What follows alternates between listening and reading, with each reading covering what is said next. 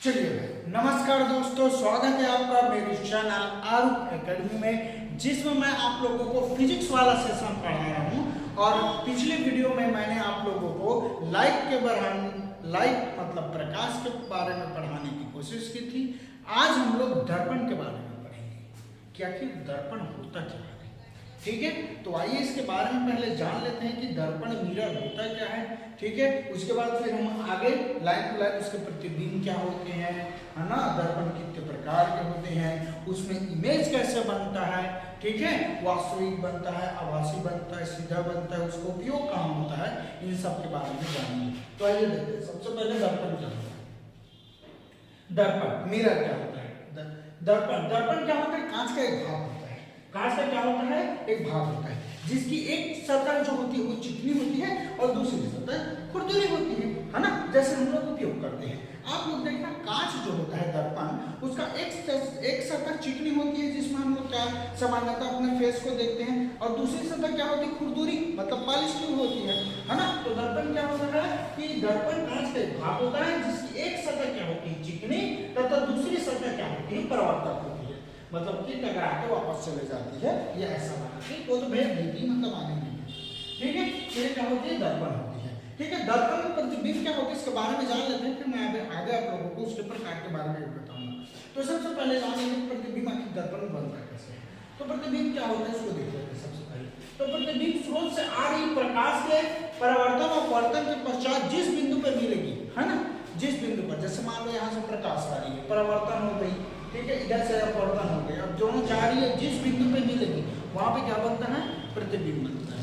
वहां पे क्या बनता है, प्रतिबिंब बनता है। ठीक है, तो चलिए आगे देखते हैं कि प्रतिबिंब आखिर कितने प्रकार के होते हैं। तो प्रतिबिंब जो होता है वो दो तरह के होते हैं, एक होता है वास्तविक प्रतिबिंब और एक होता है आभासी प्रतिबिंब। ठीक है, सॉरी मैंने आप लोगों को बताया नहीं, आभासी लिखना भूल गया मैं।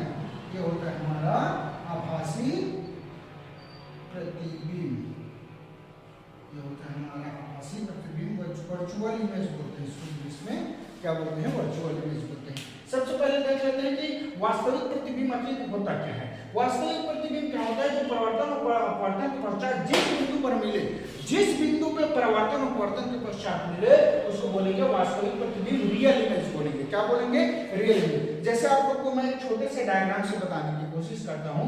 जैसे क्या हो गया, ये प्रकाश आया, ये मान लो कोई वस्तु है ना, जैसे प्रकाश आया, ठीक है, अब परावर्तन हो और ये क्या हो गया, अपवर्तन। अब परावर्तन और ये अपवर्तन के पश्चात जिस बिंदु पे मिल रहा है वहां पे क्या बन रहा है, प्रतिबिंब बन रहा है। हाँ, क्या बन रहा है वहां पे, प्रतिबिंब। परावर्तन और अपवर्तन के पश्चात जिस बिंदु पे दोनों के दोनों किरणें मिल रही है, दोनों ने मिल रहे हैं, वहां पे क्या बन रहा है, इमेज बन रहा है। क्या बन रहा है, प्रतिबिंब बन रहा है, इमेज बन रहा है। ठीक है, लेकिन हमेशा याद रखना, वास्तविक प्रतिबिंब हमेशा क्या बनता है, उल्टा बनता है। क्या बनता है, उल्टा। जैसे राइट को उठाओगे तो लेफ्ट लिखिएगा, लेफ्ट को उठाओगे तो राइट दिखेगा। तो ये तो होता ही है दर्पण में, आप देखोगे जो वास्तविक प्रतिबिंब होता है ना, उसमें ये सब होते हैं।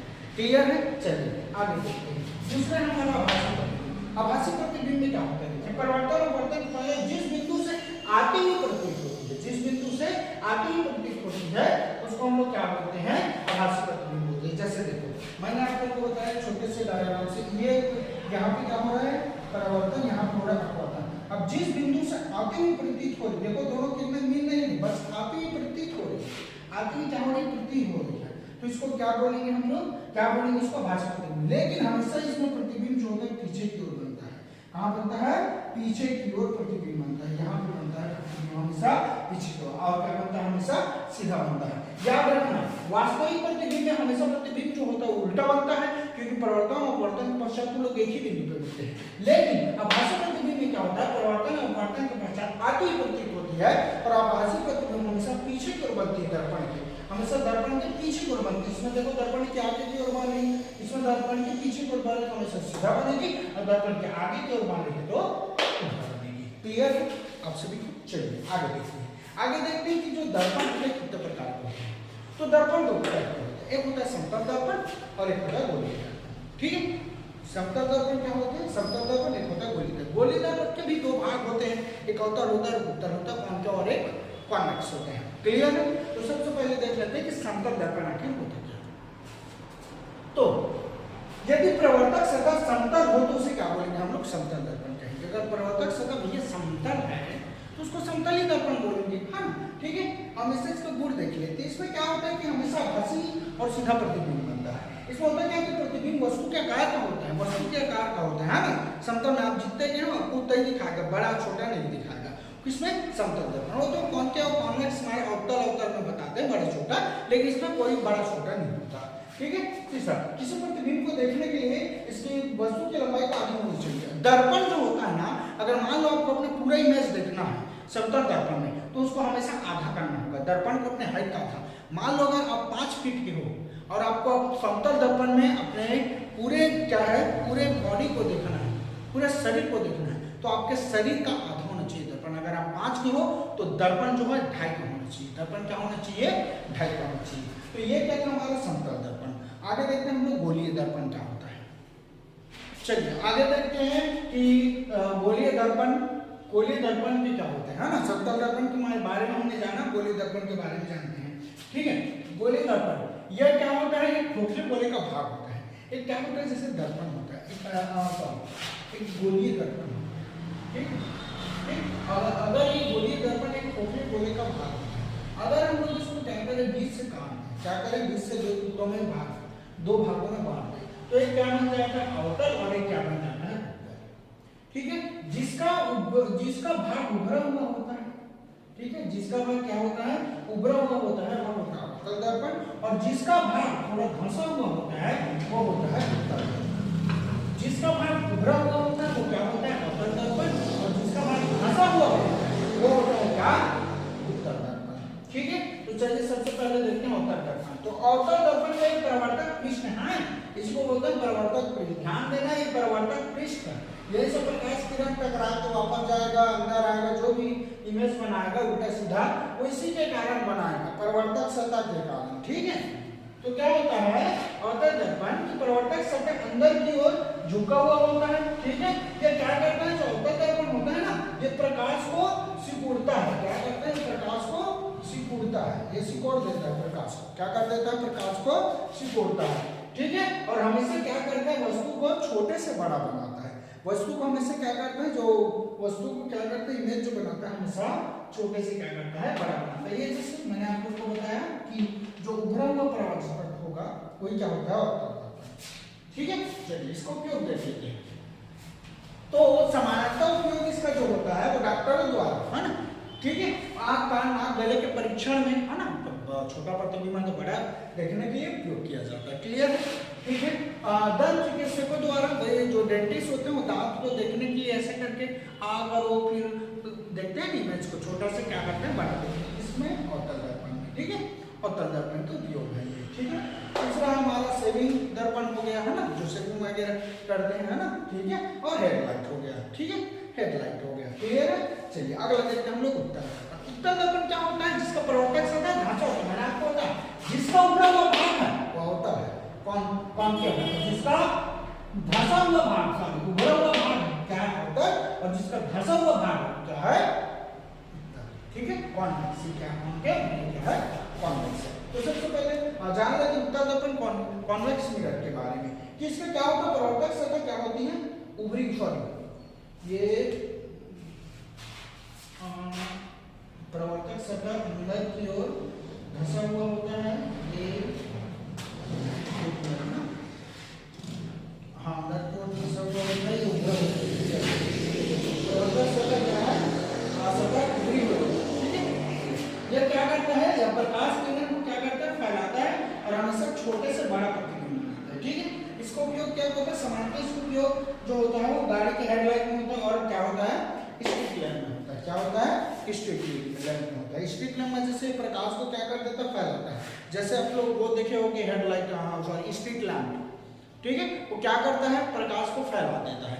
और हमेशा क्या करता है? ये जो छोटे से बड़ा प्रतिबिंब, हमसे छोटा है, अब ऐसे जब तुम लोग वैसे हेडलाइट को लेते जाओगे बड़ा बड़ा बड़ा बड़ा प्रतिबिंब बनते जाता है। प्रकाश को फैलाएगा तो जाहिर सी बात है बड़ा प्रतिबिंब बनेगा। ऐसे छोटे से जैसे टॉर्च को या मोबाइल का लाइट को ही देखना तुम लोग, ऐसे जब जमीन में रख दोगे या हाथ में रखना, एक छोटा प्रतिबिंब बनेगा, और इसी को ऐसे ऊपर ले जाते जाओगे, बड़ा फैलते जाएगा प्रकाश, तो क्या हो रहा है? वो बड़ा प्रतिबिंब बना है। किसमें? उत्तल में होता है। किसमें होता उत्तर में होता है। क्लियर है? ठीक है। आइए हम लोग दर्पण के जो होते हैं ना बाहर जो और भी कुछ हिस्से होते हैं उसके बारे में जानने की कोशिश करते हैं। दर्पण के कुछ और भी भाग के बारे में देखते हैं, है ना। जैसे देखो सामान्यतः मैंने यहाँ पे एक अवतल दर्पण बनाया, ठीक है। इसमें जान लेते हैं वक्रता केंद्र क्या होता है, ठीक है, उसकी ध्रुव क्या होती है, ठीक है, रेडियस क्या होता है, मतलब वक्रता त्रिज्या क्या होती है, ठीक है, फोकस दूरी क्या होती है। तो सबसे पहले देखो बेटा एक सामान्यतः अवतल दर्पण है, ठीक है। तो इसमें देख लो कि इसका जो प्रवर्तक सतह होता है उसी को क्या बोला जाता है, ध्रुव। ध्रुव किसको बोलते हैं, दर्पण की प्रवर्तक सतह को क्या बोलते हैं, ध्रुव। तो दर्पण की प्रवर्तक सतह को क्या बोलेंगे हम लोग, ध्रुव कहेंगे। क्लियर? ठीक है। अब देखिए वक्रता त्रिज्या किसको बोलते हैं। तो क्या होता है कि खोखले को मतलब खोखले दर्पण के, है ना, या दर्पण के खोखले दर्पण की जिस दर्पण के केंद्र होता है उसी को क्या बोलते हैं हम लोग, वक्रता केंद्र। मतलब वक्रता के दर्पण के प्रवर्तक सतह क्या बोलते हैं, ध्रुव। वक्रता केंद्र किसको बोलेंगे, खोखले गोलीय दर्पण के केंद्र को क्या बोलते हैं, वक्रता केंद्र बोलेंगे। क्लियर? ऊपर नीचे बता दिया मैंने, ठीक है। चलिए अगला देखते हैं वक्रता त्रिज्या। वक्रता त्रिज्या क्या होता है, तो ध्रुव और केंद्र, क्या, ध्रुव और केंद्र के बीच की दूरी, ध्रुव और केंद्र के बीच की दूरी को क्या बोलेंगे, वक्रता त्रिज्या। जिससे हम लोग किससे दर्शाते हैं, आर से दर्शाते हैं। किससे दर्शाते हैं, वक्रता त्रिज्या को आर से दर्शाते हैं, कैपिटल आर से। ध्रुव को हमेशा पी से दर्शाते हैं, वक्रता केंद्र को सी से। सेंटर कर्वेचर ऑफ सेंटर बोलते हैं, ठीक है, उसको सी से दर्शाते हैं, ठीक है। अगला देखते हैं फोकस दूरी। फोकस दूरी जो होता है वो हमेशा क्या होती है, वक्रता त्रिज्या की आधी होती है। वक्रता त्रिज्या की आधी को क्या बोलते हैं, वक्रता त्रिज्या के आधे भाग को क्या बोल देते हैं हम लोग, क्या बोल देते हैं हम लोग, फोकस दूरी। क्या बोल देते हैं, फोकस दूरी। क्लियर? चलिए बीम देखते हैं। बीम क्या होता है, बीम जो होता है वो क्या होता है, दर्पण के सामने रखे वस्तु को क्या बोलते हैं हम लोग, बीम। अगर दर्पण के सामने कोई वस्तु रखा है, ठीक है, तो उसको हम लोग क्या बोल देते हैं, बीम बोल देते हैं। क्या बोल देते हैं हम लोग उसको, बीम बोलते हैं। क्लियर है? ठीक है। तो मैं आप चलिए दर्पण में सबसे इंपॉर्टेंट जो चीज है उसके बारे में जानते हैं। सबसे इंपॉर्टेंट इसमें होता है इमेज बनाना। क्या होता है, इमेज बनाना। ज्यादातर बच्चे इसको रट के जाते हैं, है ना, तो बेटा इसको रटना नहीं है। ये जो होता है इमेज बनाना रेलवे का फेवरेट क्वेश्चन है। ये रेलवे वगैरह कंपटीशन एग्जाम हो गए और भी कंपटीशन एग्जाम हो गए उसमें ये पूछे जाते हैं। तो इसको मैं आप लोगों को समझाने की कोशिश करता हूँ। सामान्यतः मैं आप लोगों को इसको एक अवतल दर्पण से समझाने की कोशिश करता हूँ। ये क्या है, मेरा एक अवतल दर्पण है, ठीक है। यहाँ पे मान लेते हैं ध्रुव है, ठीक है। इसकी कुछ दूरी पे क्या होता है, आपका फोकस होता है, और इसकी कुछ दूरी पर आपका केंद्र होता है, और इसकी कुछ दूरी पे मान लेते हैं यहाँ पे कोई वस्तु है अनंत, है ना, अनंत। वैसे तो वस्तु अनंत ही रखते हैं ज्यादातर, ठीक। क्लियर? चलो आपको मैं इसे समझाने की कोशिश करता हूँ कि मान लो, जैसे देखो, मान लो अगर मैं वस्तु को कहाँ पे रखता हूँ, अनंत। मान लो कोई वस्तु है उसको मैं कहाँ पे रखता हूँ, अनंत। तो हमेशा याद रखना उसका प्रतिबिंब हमेशा कहाँ पे बनेगा, फोकस पे।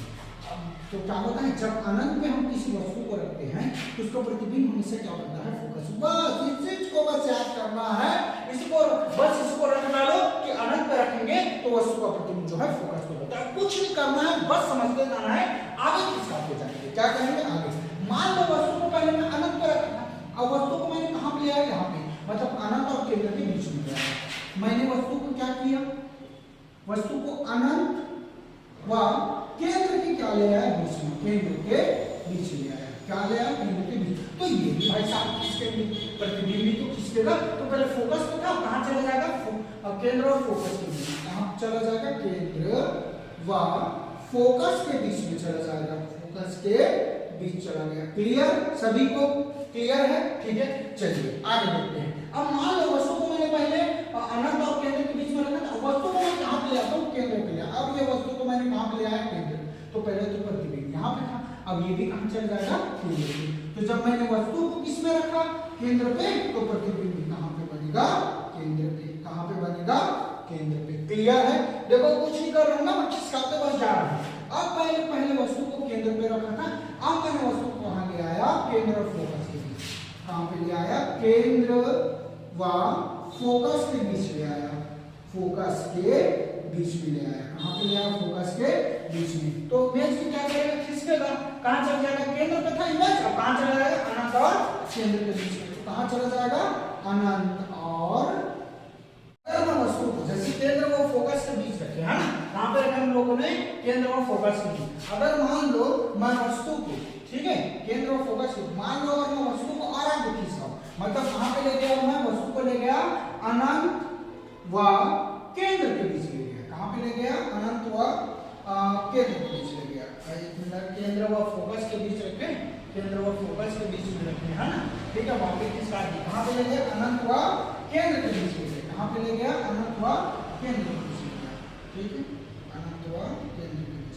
एक मिनट ना, पहले केंद्र पे रखे, ठीक है, ठीक है, केंद्र व पहले केंद्र और फोकस के बीच में रखे, ठीक है, क्लियर, फोकस के बीच में। अब मैं कहां पे ले आता हूं, वस्तु को फोकस पे ले आता हूं। अब मैं मान लो वस्तु कहां पे ला रहा हूं, फोकस पे ला रहा हूं। कहां पे ला रहा हूं, फोकस पे। देखो हां, वस्तु खिसकाते जा रहा है, पहले केंद्र और फोकस के बीच रखा है, अब आगे खिसका दिया फोकस पे, तो प्रतिबिंब पहले कहां पे था, केंद्र और के बीच। कहां पे चला जाएगा, ये अनंत पे चला जाएगा। कहां पे चला जाएगा, अनंत पे। जब इसको इधर खिसकाए, इसको आगे खिसकाना पड़ेगा। कहां पे चला गया, अनंत पे, ठीक है। अब मान लो वस्तु को मैं और आगे खिसका दिया, पहले फोकस पे था, अब कहां पे आ गया, ये लास्ट कंडीशन में फोकस और वह ध्रुव के बीच में आ गया। कहां पे आ गया, फोकस व ध्रुव के बीच में आ गया। कहां पे आ गया, फोकस व ध्रुव के बीच में आ गया। तो यहाँ पे आगे किसका प्रतिबिंब, है ना, तो आगे कुछ है नहीं, तो कहां पे बनेगा, दर्पण के पीछे बनेगा। कहां पे बनेगा, दर्पण के पीछे बनेगा। कहां पे बनेगा, दर्पण के पीछे बनेगा। तो ये था हमारा इमेज बनाना। क्या था, इमेज बनाना। इसको रटते हैं, इसको रटना नहीं है, समझना है। समझ में, फिजिक्स जो है कॉन्सेप्ट से भरा है ना, फिजिक्स को रटते थोड़ी समझते हैं, कितना मजा आता है पढ़ने में, ठीक है, एकदम मजे से पढ़ा करो, उसको समझ समझ के पढ़ा करो। हाँ, क्या हो रहा, क्यों हो रहा, कैसे हो रहा, सोचने में मजबूर करता वो फिजिक्स, ठीक है। तो ये क्या था हमारा मिरर था, ठीक है। आई होप आप लोगों को समझ आया होगा। अगर आपको वीडियो समझ में आया हो तो लाइक करें, सब्सक्राइब करें, शेयर करें, कमेंट सेक्शन में जरूर बताएं आपको वीडियो कैसा लगा, ठीक है, ताकि मैं आप लोगों को और अच्छे से पढ़ाने की कोशिश करूं। हर वक्त की तरह मैं आप लोगों को क्वेश्चन देता हूं और आज भी मैं आप लोगों को क्वेश्चन दूंगा, ठीक है। तो मेरे को बताना आप लोग पलायन वेग का मान कितना होता है, ठीक है। स्केप वेलोसिटी बोलते हैं, स्केप वेलोसिटी, ठीक है। वैसे तो गुरुत्वाकर्षण का है, लेकिन आपको मैं लाइट वाले में पूछ रहा हूँ, तो मेरे को बताना पलायन वेग का मान कितना होता है, कमेंट सेक्शन में जरूर बताएं। तब तक के लिए जय हिंद, जय भारत, जय छत्तीसगढ़।